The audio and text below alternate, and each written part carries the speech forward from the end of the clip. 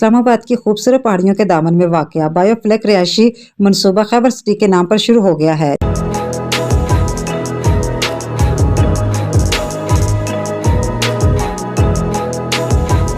जिसकी इफ्तिताही तकरीब Sahiwal फ्रीद town scheme number 3 हाफिज garden में हुई, जिसके मेहमान खसूसी DSP traffic doctor Asaf Kamal, Khyber city के director Ehsan Khan, marketing manager Usman Shah Bukhari, sales manager Ahmed Faraz थे।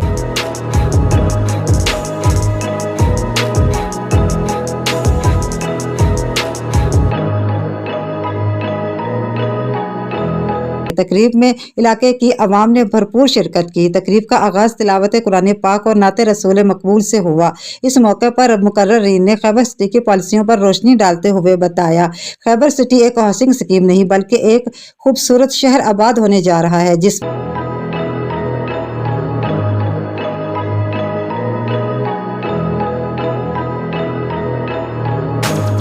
में जिंदगी की तमाम सहूलियत मुयस्सर होंगी और इसमें रिहाइश पजीर होने वाला शख्स आज का सोना कल का हीरा बनकर चमकेगा। देखिए हमारे एंकर पर्सन राणा मोहम्मद परवेज इनायत की रिपोर्ट।